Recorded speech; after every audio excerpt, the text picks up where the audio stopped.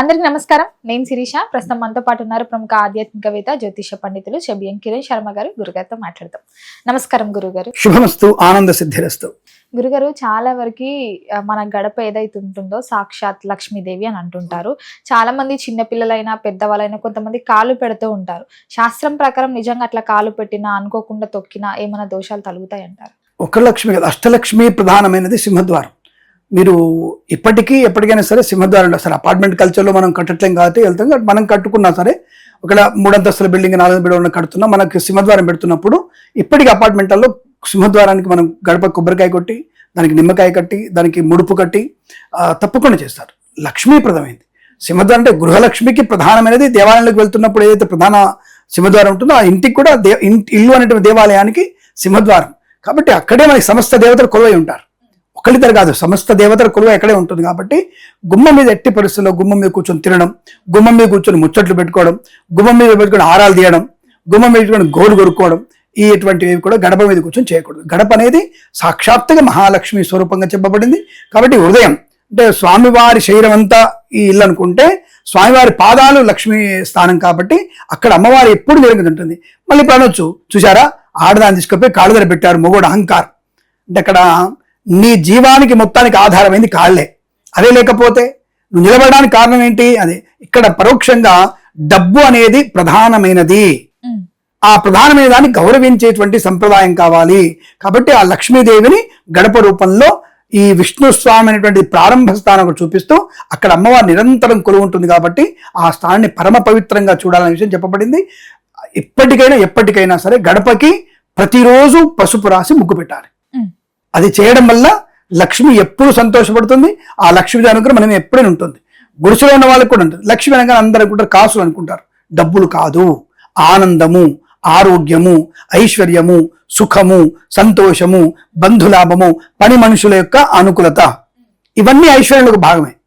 ఇవన్నీ ఐశ్వర్యాలు కలిగించేది అమ్మవారే. ఆ లాస్ట్ తెచ్చేదే డబ్బు, అంత తర్వాత బంగారం. సెకండ్ లాస్ట్ డబ్బు, లాస్ట్ది బంగారం. అంతా వెనక్కి పెట్టారు. మరి ముందు అంటే ఆనందం, ఐశ్వర్యం, సుఖం, సంతోషం, బంధులాభం, మాతృసౌఖ్యం, పితృసౌఖ్యం, పని మనిషి తర్వాత డబ్బు, ఆ డబ్బు తర్వాత బంగారం.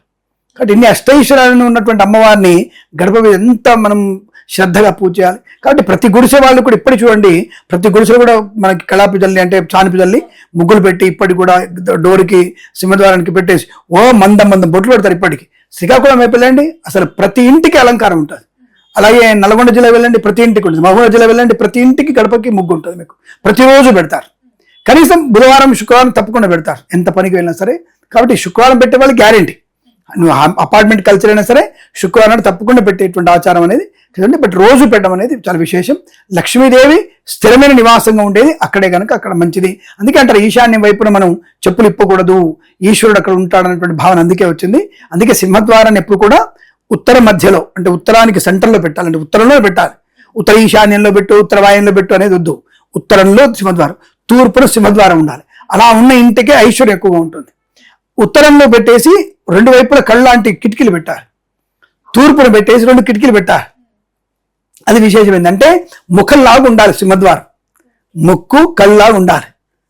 ఆ విషయంలో అందుకే 2 కళ్ళలాంటివి 2 కిటికీలు పెడితే ఆ ఇంటికి ఎప్పుడు శుభప్రదం, ఐశ్వర్య ప్రాప్తి ఉంటుంది. ఈ అపార్ట్మెంట్ కల్చర్లో ఒక కిటికీ పెట్టాలంటే మళ్ళీ ఒక 50,000 ఎక్స్ట్రా ఖర్చు పెట్టాలి. కాబట్టి కిటికీ పెట్టకుండా సైడ్కి పెడితే మంచిది, స్పేస్ ఎక్కువ వస్తుంది. మనకి ఈశాన్యంలో స్పేస్ మిగులుతుందని చెప్పేసి ఈశాన్యాన్ని తోకుంటూ వెళ్ళిపోతున్నారు వీళ్ళు.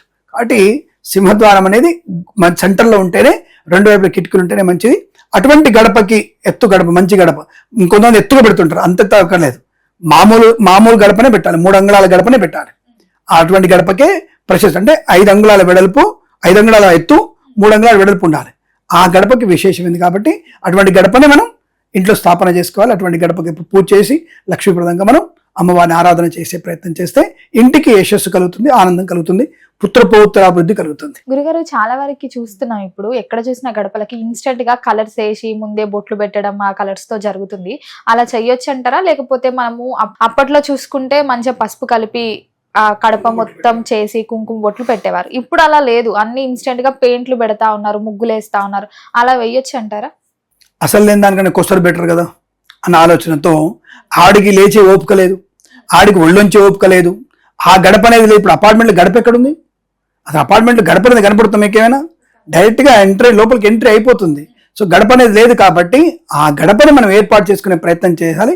పెయింట్ వేయడం కన్నా రెగ్యులర్గా మనం పసుపు పెట్టు, ఒకవేళ పెయింట్ వేసినా సరే గడపకి రెగ్యులర్గా మనం ఆ పెయింట్ మీదనే పసుపు పెట్టేసి కుంకుమ పెట్టుకోవడం వల్ల ప్రశస్తి తప్ప ప్రత్యక్షమైనటువంటి పసుపు కుంకుమ తప్ప పరోక్షమైనటువంటి ఆర్టిఫిషియల్ పెయింట్ వేసేసి ఎల్లో కలర్ పెయింట్ వేసేసి ముగ్గు పెట్టాలి అనుకోవడం మాత్రం కరెక్ట్ కాదు. కనుక మీరు ప్రత్యక్షంగా పెయింట్ ఉన్నా సరే పసుపు పెట్టుకోవాలి.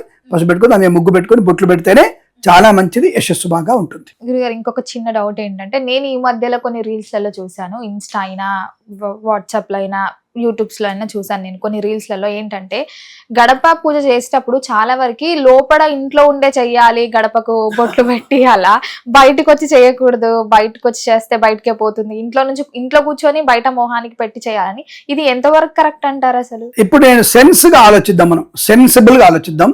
ఎట్టి పరిస్థితుల్లో నేను చెప్పింది మాత్రమే కరెక్టు. ఈ లోపల ఉండి చేయమని చెప్పినటువంటి వెధవలు చెప్పిన మాట వినకండి, బయట ఉండి చేయమని చెప్తున్నటువంటి నా మాటే వినండి. అంటే మనకి లక్ష్మీదేవి రావడానికి మనం ముందుగానే బయట నుంచి మనం పెడమల్లగా మనం చేసేటువంటి పని కరెక్ట్ కాదు కదా. పెడమల్ల చేయకూడదు ఎప్పుడు కూడా. ఇప్పుడు గడప గడ అనేది నీ ఇంటికి గృహలక్ష్మికి ఎదురుగా ఉండి దేవుడికి దండం ఎలా పెడతావు? దేవుడికి ఎదురుగా దండం పెడతాం కదా. ఇల్లు అనే దేవాలయానికి ఎదురుగా దండం పెట్టాలిగా. అవునండి. దేవుడి గడప పోయి దేవాలయం లోపలికి వెళ్ళి గడప కొడతావా? బయట ఉండే మనం గడప కడతాం. హారతి ఎలా ఇస్తాం? ఎదురుగుండా ఇస్తాం కదా. ఇది గుర్తుపెట్టుకోండి, సింపుల్. ఇల్లు అనేది దేవాలయము, దేవుడి విగ్రహము, అమ్మవారి విగ్రహం లాంటిది అని ఆలోచించుకుని ఇప్పుడు ఏం చేస్తారో చేయండి. దేవుడి బయట, మన ఇంటి బయట ఉండి ఇంటికి మన అభిముఖంగా ఉంటూ మంచిగా అమ్మవారితో తలుచుకుంటూ శుభ్రంగా అలికి ముగ్గులు పెట్టి ప్రయత్నం చేయాలి. సరే ఇప్పుడు ముగ్గులు పెడుతున్నావు, లోపలికి ముగ్గు ఎలా పెడతావు? ఇట్ట పెడతావా? అది వంకర టింకర్ వస్తుంది కదా.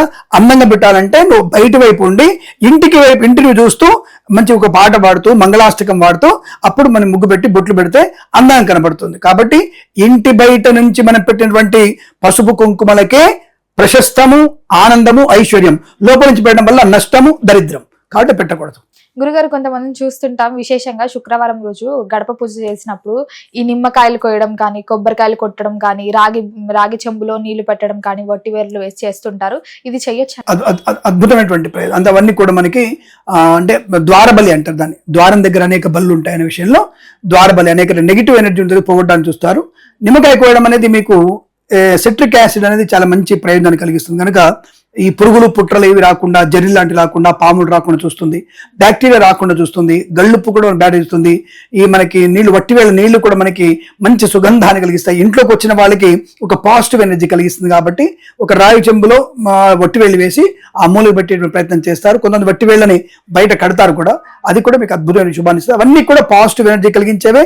ప్రతి విషయం మీకు అలా చేయడం వల్ల చాలా మంచి సౌకర్యవంతమైన ధన ప్రాప్తి కలుగుతుంది, ఆరోగ్యవంతంగా కూడా ఉంటుంది చెప్పొచ్చు. గురుగారు మొత్తం మీద మాకు తెలియని మంచి విషయాలు కూడా తెలియజేసినందుకు ధన్యవాదాలండి. శుభమస్తు.